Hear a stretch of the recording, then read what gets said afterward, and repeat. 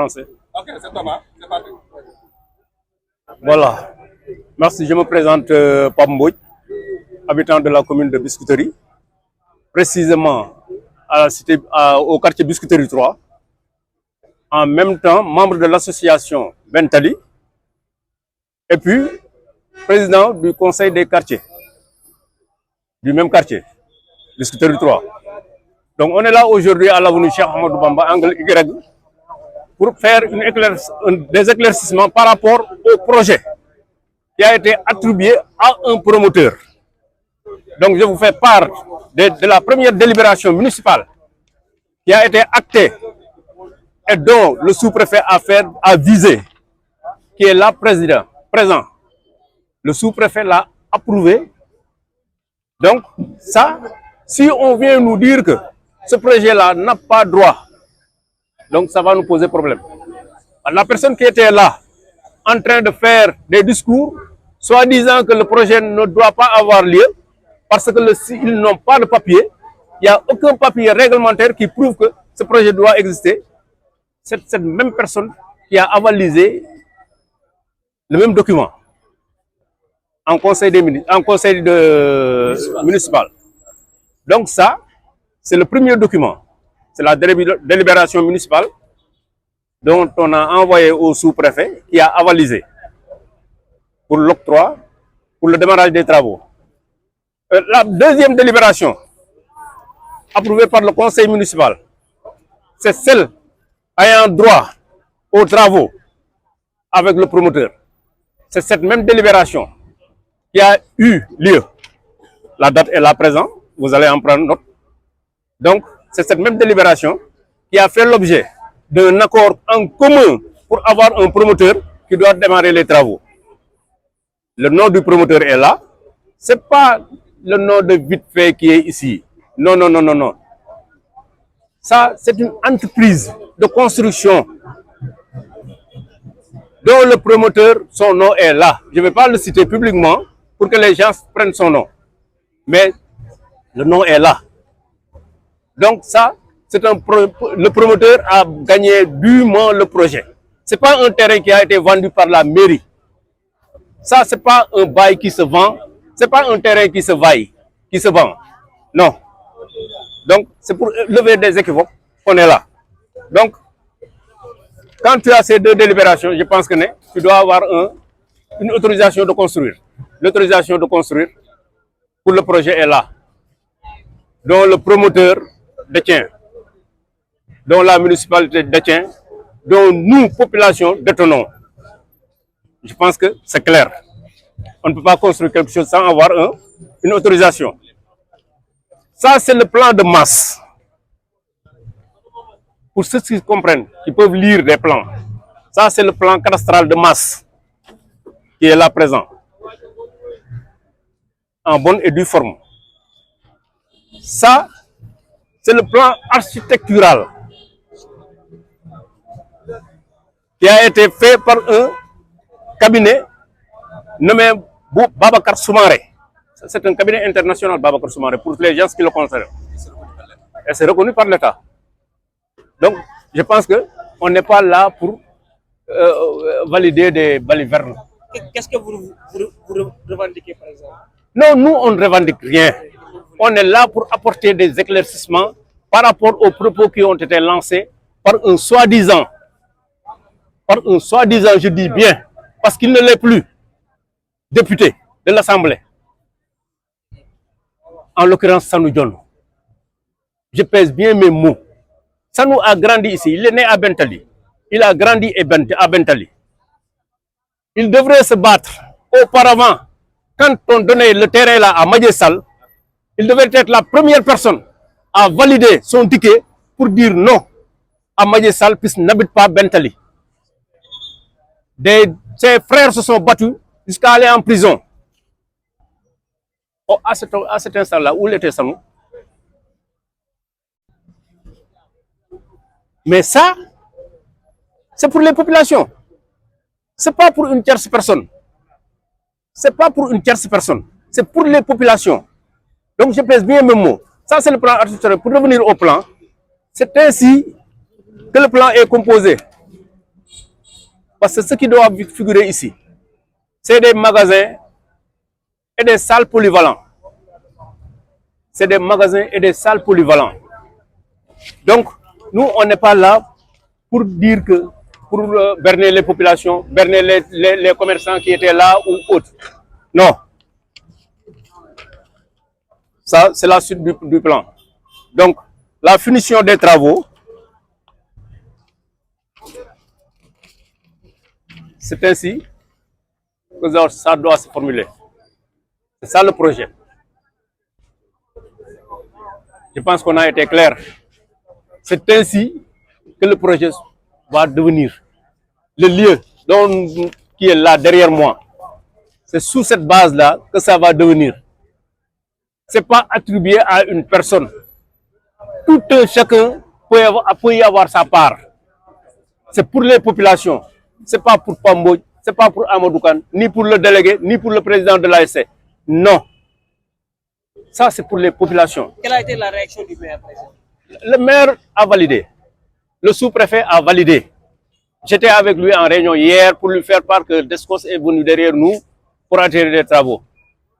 Ce qu'elle m'a dit en bonne et due forme, Descos n'a pas à arrêter les travaux. Tous les papiers sont légaux, donc elle ne voit pas la raison pour que les travaux soient arrêtés. À l'instant dont je vous parle, les gens sont allés à Descos pour leur montrer les papiers, pour que les travaux continuent. Parce qu'on ne va pas se laisser faire. Non. Voilà. Donc, oui. Quelle base Descos a arrêté les travaux parce qu'on voit déjà l'arrêté et Ouais. c'est déjà acté. Oui, c'est normal. Si tu viens dans un lieu public, tu vois des travaux et tu n'as pas vu les papiers afférents à ce projet, tu dois arrêter les travaux. Ça, c'est normal. Sur ce plan, Descos a raison. Parce qu'il est venu sur le lieu, il n'a pas trouvé de papiers. Les documents afférents à ce projet, il doit arrêter les travaux. M. John a également évoqué le fait que le projet est géré par un groupe de personnes. Il y a la non-implication des populations, notamment ceux de ça. Maintenant, je vous demande, M. John est conseiller municipal, à l'heure où je vous parle, il est toujours conseiller municipal au niveau de la biscuiterie. Et pourquoi il a validé le projet? Pourquoi il a voté pour que le projet ait lieu? C'est la question qu'il faut se poser. Il conteste. Mais cette contestation-là n'a pas lieu. Donc, M. John a voté ce projet-là. M. John a voté ce projet. Après le vote du conseil municipal, il y a 3 conseillers qui habitent sur le lieu. En l'occurrence, Libas Bass, Sanou John, Salif Bey. Ansouman Diallo et Galay Diao. On les a convoqués, Khadim Sall, on les a convoqués tous, parce que le projet les concernait, parce qu'ils habitent le lieu. On les a convoqués pour leur faire part du projet, leur expliquer. Ils étaient tous d'accord. Hier, un gosse de la mairie, en l'occurrence le chevau du corbillard, m'a dit, Sanou était là. C'est lui qui m'a dit ceci et cela concernant le projet. Il m'a dit, bientôt tu vas te reposer parce qu'on va te trouver un nouveau véhicule. Ils ont également parlé de la cantinisation de la commune. Il y a tellement de cantines. Ils préfèrent avoir un jardin public ici plutôt que des magasins. Qu'est-ce que vous en pensez? Mais je vous demande, je lui retourne la question pour me dire où sont les cantinisations au sein de la commune. Quand il parlait l'autre jour, il a évoqué le projet de Ndarignan. Mais allez-y à Ndarignan pour voir. Ndarignan n'a pas de cantine. Ndarignan n'a pas de cantine. Où est-ce qu'il y a des cantines qui lui boostent à dire des choses qui ne figurent même pas dans l'aire géographique de la commune? C'est infondé, c'est insensé. Au-delà de ça, le Bathie Fall également a parlé de l'implication des populations de Cité Bissap. Bathie Fall est notre frère. On lui a embarqué dans une pirogue dont il ne maîtrise pas. Bathie Fall est de Cité Bissap. On n'a pas dit que Cité Bissap ne doit pas exister dans ce projet. Non, parce que le projet n'est pas encore terminé. Nous sommes en phase de négociation. Quand le projet sera terminé, ce que l'ASC Bentélé aura comme part dans ce projet, mais nous allons convier Cité Bissap. Cité Bissap va avoir sa part. Donc ça, c'est crié avant. Parce qu'il devrait attendre ou bien consulter ses aînés pour savoir là où nous allons. Mais tout le problème, ce n'est pas Bachifal ni une autre personne. Le député qui était venu, soi-disant un député non, c'est un député de PASTEF qui a dit que le projet va arrêter. Il n'a pas raison, le projet ne va pas arrêter. Moi, je le défie. Il n'a pas raison. Il a dit que c'est un honorable. Il n'a pas raison. Le projet ne va pas arrêter. Il a dit qu'il va instruire le dossier à l'Assemblée. Il n'a qu'à instruire le dossier à l'Assemblée. On est prêt à tout. Merci. Mais non, merci. Donc, il y a un problème politique. C'est un problème politique qu'il va intégrer à l'intérieur de ce projet. Or que nous, on est apolitique par rapport à ce projet. Moi, je ne fais pas de la politique. Moi, je ne fais pas de la politique. Sincèrement. J'étais politicien au temps de Djiboka. Mais ça fait presque 23 ans que j'ai cessé de faire la politique. Parce que de la façon dont les gens le font, j'ai horreur de faire de la politique maintenant. Merci. Ouais. Waaw salaamaaleykum mbooloo mi ñu ngi leen di nuyu di leen ziar ñun ñu ngi tudd Ousmane Muslim Diakhaté ñun ñooy délégué de quartier bi fii Biscuiterie 3 ci fii la projet bi nekk ci sunu quartier beneen bi ci topp nous sommes membres de l'ASC waaw nous sommes membres de l'ASC fii la ñu juddoo ASC bi moo ñu def lépp lu ñu nekk tey moo tax su problème amee concernant l'ASC waxuma délégué ñun dañuy jóg bi mooy ñii nga xamee ne ñëw nañu fii projet bi nga xam ne yàgg nañ koo dox depuis ci Ousmane Gadiaga ñun ñëpp ñu àndandoo ko di ko dox pour ñu utal ñu un terrain ñu xam ne bu amee suñu amee salle bi dañuy bàyyi kemande mooy ñaan dañ koy bàyyi yàlla dogal ne ñu am ko tey jii nga xam ne duñu ñaan kenn duñu dem ñaan kenn loolu moom la ñëpp di nekkoon mbëbatu ñëpp benn doomu benn tali bu ñuy wax Sanu Jon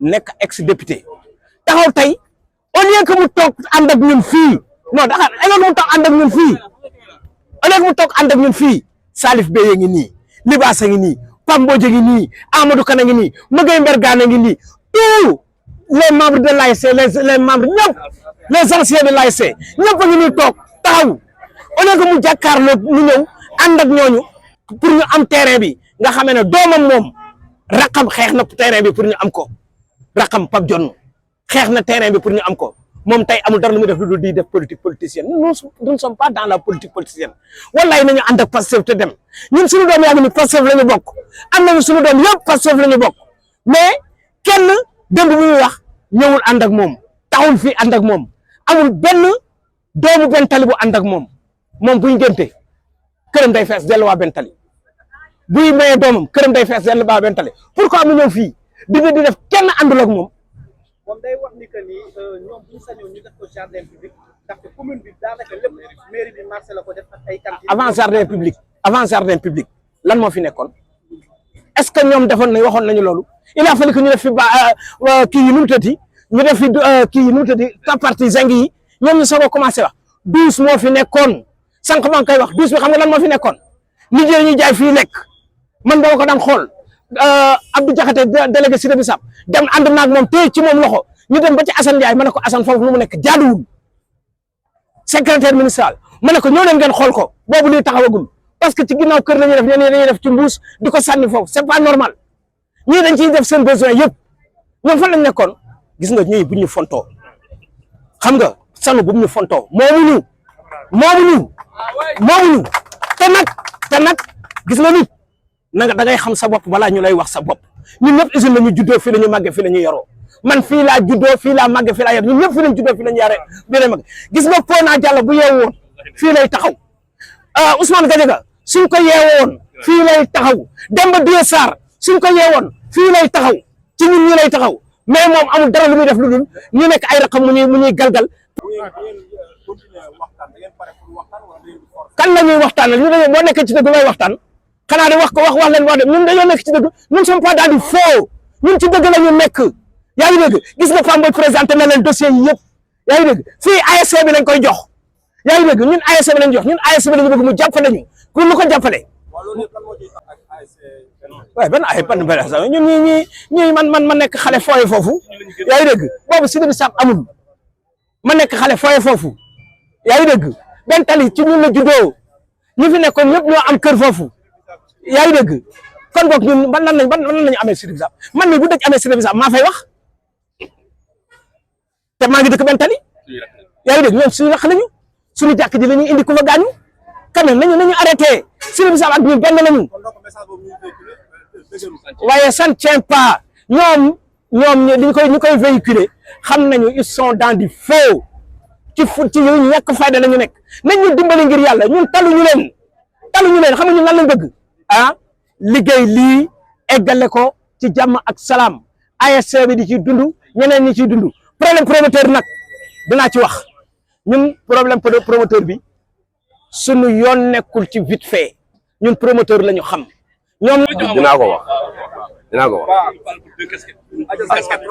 asalaamaaleykum mbokk yi maa ngi nuyu mbokku Bentali di nuyu mbokku Biscuiterie ma defe naa lii amul kenn ku ma ko gën a maîtriser fii ci taxawaay bi ndax conseil municipal la bañ koy nas maa ngi toog te bañ koy nas boobu duma conseil municipal li ngeen di gis ni du temps de Lamine Dia en passant par notre feu père Doudou Issa Niass yàgg nañ ko taxaw pour au moins Bentali am lu mu sukkandiku lii am ni am na ngelaw ñu ngeeg seen saal ca kaw am na waagu ñaay am na ñaay tali te maire bi mi ngi xool yenn ASC yi fan lañ koy amee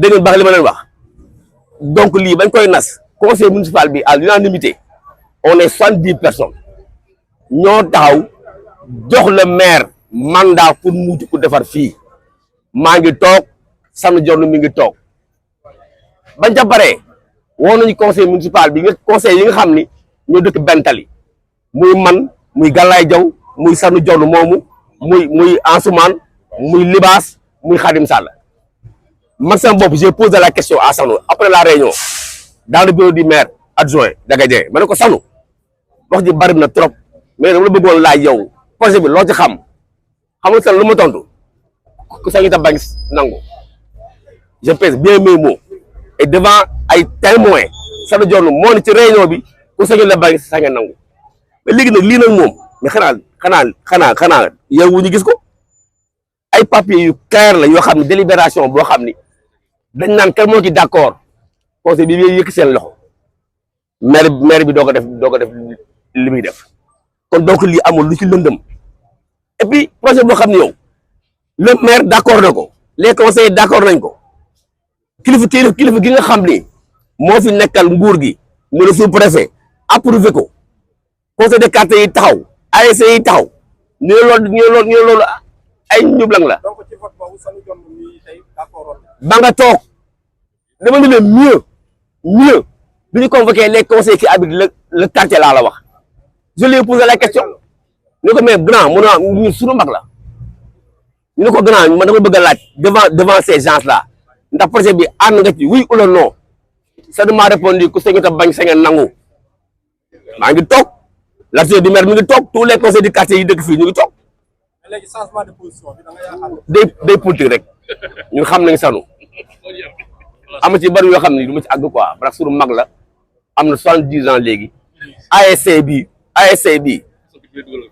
bi tey boo xoolee kayitu ASC bi Sanu Jonn moo ki nekk comme secrétaire général récépissé ASC bi Sanu moo ko signé moom war na tal leneen lu dul di taxaw di wax loo xam ni ëllëg la ci am ay regret parce que Sanu Jonn Bentali yëpp ko mere j'ai dit avant-hier ni Sanu Jonn c'est une personne non grata à UBT te gars yi ngi nii non grata mais yaakaaroon mu andi jaxas non mënuñu am problème ak ñoom parce que le conseil municipal de Siré Bissap muy Lamine Niane hier il a écrit ne fii rey nañ fii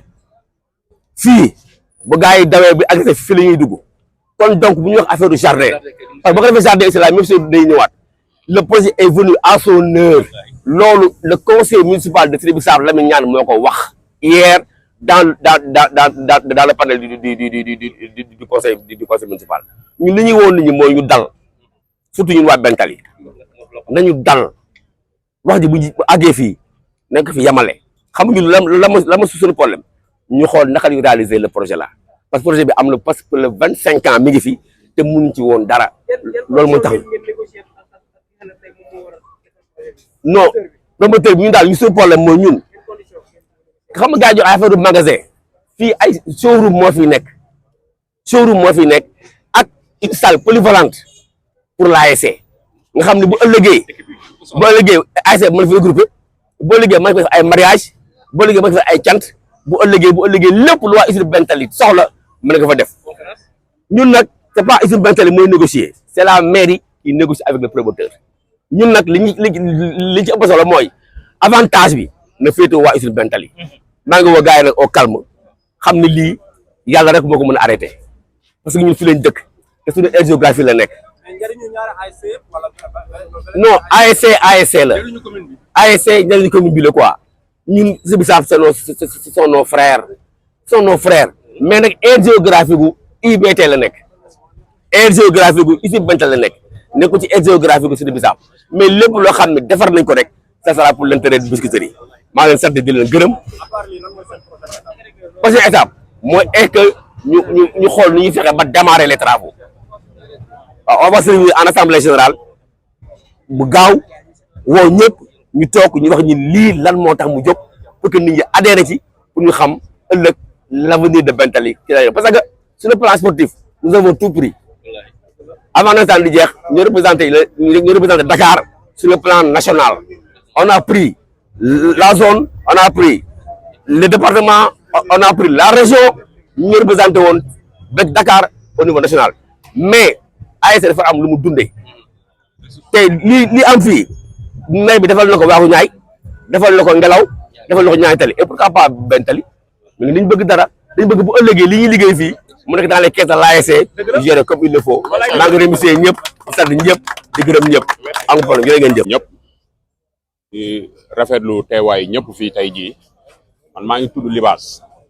maa nekk président ASC Bentali en même temps nekk conseil ci maire bi bon tey li ma am lu may wax tey jii mooy que sanu man du ma ko wax joo xam ne day manquer respect parce que lu mu bon mat na ma kilifa te man li ma waroon a wax sax ñi fi nekk ni nekk suñu kilifa wax nañ ko ba pare waruma amoon lu ma ciy wax mais nag nit soo dëkk ak say nawle dëkk ak say dëkkandoo dafa am noo xam ne da nga ko war a doxalee parce que nit ñi mënoo toog ak nit ñi ñu am ci ay kàddu yoo xam ne dañ ci toog waxtaan nga déggoog ceeg ñoom ba pare affaire politique tax nga dellu ginnaaw di wax ay wax yoo xam ne amut ñun maire bi amuñoo ak moom problème te lii nekkul maire bi moo ko sàkku lii ñun ñoo ko sàkku ñoo ko yàgg bëgg laata may nekk président fekk naa fi ñuy sàkku ñu yàgg bëgg espace bi pour créer fi tabax ko defar fi ay centre ñun amuñu centre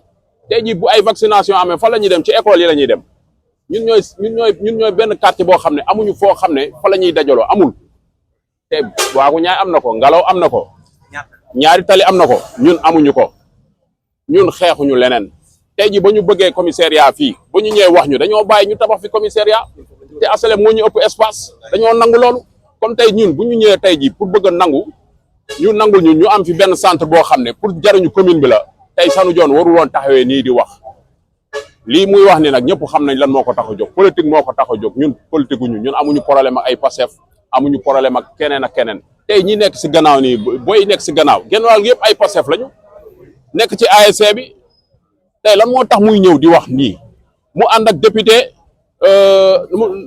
Ousmane Fall dëkk Colobane moom si boppam buy lijjante na lijjante Colobane moo ëpp situation bu gën a garaaw foofu na ko lijjante ñun amuñu problème te booy dëkk boobu fekkee moom député peuple la député peuple balaa ngaa wax demal nga laajte peuple ba pare nga door a wax mais tey doo ñëw ànd ak benn san mu lay manipuler rek ngay wax loolu rafetul am na yoo xam ne nag nit bu ñu nee nit nga da nga war a def yëfu nit dañu waxante dëgg boo nekkee député dafa am yenn yoo xam ne da nga ko war a moytu affaire politique moo tax ñu ñëw fi taxaw di wax ay wax n'importe di traité monsieur le maire di ko wax lii yoonu maire nekku si avant maire di nekk fii maire fekk na ñuy xeex lii dafa ñëw fekk fi dossier bi te ñun dañ ko sonal ci lii moo tax tey ji lii mu nangul ñu ko